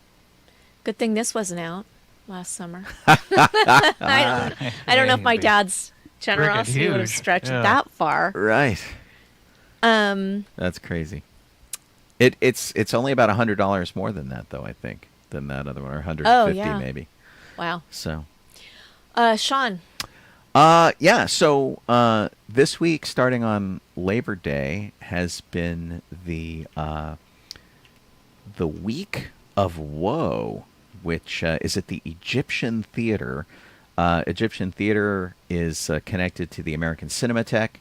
They do all sorts of really terrific presentations there. Jeff and I and Dawn went and saw Jaws there in a recent presentation. We all dressed in costume, went to go see Jaws there, which was great. And so for the next week or so, they're doing stuff to show Tim Burton's great movies. And so they're doing Frankenweenie, Alice in Wonderland, Charlie and the Chocolate Factory, Pee-wee's Big Adventure, Edward Scissorhands, Big Fish, Sweeney Todd, Sleepy Hollow, Mars Attacks in 35 millimeter. These guys show film where they can. So, like when Jeff and I saw Jaws, it was a film presentation, like original print from the 70s, which was pretty amazing. Okay. This, of course, is in connection Yeah, it was. with Wednesday, which season 2 of Wednesday, or not season 2, part 2 of season 2, launched yesterday. So on Wednesday. So if you were watching Wednesday and you want to get caught up, now is the time. So you could go check that out. But yeah, oh my gosh, some really great films that they're doing at a really great theater in Hollywood, celebrating Hollywood. It's pretty neat. Nice. Jeff? 6 minutes. So, okie dokie. There is another auction from Heritage Auctions going on the 26th. So it starts on 26th, and there's a bunch of movie memorabilia or whatever that he's gotten or from his movies. So it's not necessarily just from his movies, but Guillermo del Toro he's letting some of the stuff go that he I guess he almost lost some of it in a fire, but he says he's letting some of it go, and this is the auction. So well, I mean, if it burns in a fire, nobody can enjoy it, and if he just hides it away, nobody can enjoy it. So I hope some of it goes to a museum. Boy, there's no pictures of cool in stuff. here. That's rude. There's like one picture. Yeah, That's rude. yeah. There's just one picture, so I imagine we'd have to go to Heritage Auction. to Check find it out. if they had it. Which Yeah, should yeah. be a link, like right in the thing. Although I know. Would you think so? he says it's a 3-part auction, includes over 100 items in just this one piece, and I mean, I imagine that if he's such a horror fan, he's collected so much stuff, And so yeah, there's hope. a ton. Yeah, there's no Yeah. Lincoln here for the auction. What a bunch of boneheads. Stupid LA Times. Exactly. Yes, I'm looking at the page. So if I find a link and I'll stick it in the thing while we're going over anything else afterwards. Okay, no worries. What do you got, Colleen? I'm going to pass it over to you. There's 4 minutes left. Okay, just kind of a quick thing. I think the last thing that I was teasing was Robert Englund for quite a long time has been the torchbearer for Freddy Krueger, a part he created. And as Nightmare on Elm Street is still a thing that's going on, it's kind of a cool thing. He's going to be at 6600 Hollywood Boulevard near Boris Karloff and Long Cheney, which is awesome. And his career's been going 51 years. I remember first noticing him before Freddy Krueger was a thing in V, where he was the very friendly alien in V, and that was very cool. And he did Phantom of the Opera in 1989. He's done a bunch of other horror movies, but he will always be the wisecracking, creepy Freddy Krueger. And actually, if you want to see a really good creepy turn from him, watch Bones. Watch the episode of Bones where she goes back to her high school reunion, and the only friend she had was the creepy janitor guy who was Robert Englund. And probably set her on the course of being a forensic archaeologist. That's like one of the really good episodes. It is a great episode, Yeah. and he does a terrific job at it. Right. Cool. Okay, so now we have 3 minutes left. Anybody have anything else they want to say before we wrap it up? I don't think so. I'm checking my little promo blurb here to make sure there's nothing that we missed. Sounds like Jeff has something he wants to say. I posted the link, so I did. It's not really the link for it necessarily. I just went to Heritage Auctions and threw in Guillermo del Toro in there in the search, and this is the link is like basically everything in Guillermo del Toro's is 21 days left, so it's probably is the auction because they all say 21 days. So you can go there and look at all this cool groovy stuff there. Alrighty. Yeah. Pacific Rim and everything. There's tons, and there's like at least 3 pages, probably more. Great. Of stuff that he's auctioning off with his movies and everything else. So yeah. What are we doing this weekend? Pretty cool. You're doing all the things this weekend. I'm going to a dance practice and hosting a sewing circle. You're hosting it here in the house? Next Tuesday. Next yes. Tuesday. Oh, okay. Great. And I'm going with Jeff tomorrow for his birthday at Disneyland. Yeah. Which will be good. His birthday is not till next week. Yeah. Yeah. But So they're doing it. Yeah. Yep. Thanks, Lady A. Yeah, I think we are happy that Poe was a rescue dog, and so was Ahsoka. So that's what we try to do. I am doing a bunch of stuff. I'm going to Disneyland with Jeff. I'm working on a music video for some friends that's based on Back to the Future. If you guys are in Southern California and you want to come hang out with me on Sunday and be part of my judging squad, if you remember Back to the Future, Huey Lewis is judging the Battle of the Bands, and Marty's band kind of fails. Yep. Huey Lewis stands up. Sorry, kids, you're just too darn loud. We need one guy to come be on that panel. So Dawn or somebody, if you don't have anything to do, you want to come be on this panel with me on Sunday for this music video, come do it. I'm doing the Huey Lewis part, which is fun. And so I'll be on what time. What's that? Yeah. So yeah, it'll be all day. Depends on what time for me. So 11 o'clock in the morning is when it starts. I mean, if you're free on Sunday. Oh, okay. I don't know how late they're going. I don't have any call sheets or anything. And then the last thing I'm doing, which is Saturday, I'm going to leave the video shoot Saturday. I'm going to Thousand Oaks, and it's my 40th high school reunion. We're meeting at a restaurant. Yikes. There's a handful of people that whose names I recognize. There will be a whole bunch of people. Oh, there I you go. don't, and I'll let you know how it goes next week, whether it's good or fun or not. It's at a restaurant. There's tacos. I'm sure it'll be great. And like I said, there's a handful of people that I'm excited to see. So we'll see. But there's a lot of people not going. Gotcha. So go figure. Yeah. And I a lot haven't of been to mine at all, any of them. Well, the problem with high school reunions is they focus on the year you graduated, but that's not where your friend circle is. I had people years in front of me, and I had people years behind me. So my high school career covers like what, 8 years of students or something. It's crazy.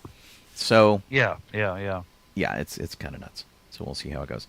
Update as it is. A big thanks to Kit for doing our links and our show control Yay. document and all that kind of stuff. It's a lot of work in the background. For none of us get paid, and she gets not paid less, because, but still does it. So we're very grateful to her. And thanks for listening on sci-fi.radio or watching on YouTube or Facebook or Twitch or wherever you happen to be. All you guys who are sticking it out over in the chat, we're very grateful that you do that. I'm Colleen Kaylee Crosby. This is Jeff Soul Donoho. I am Sean Obi-Shawn Crosby. As always, May the Force be with you. Be with you. All right, so let me get you some credits video, people. And we will see you next week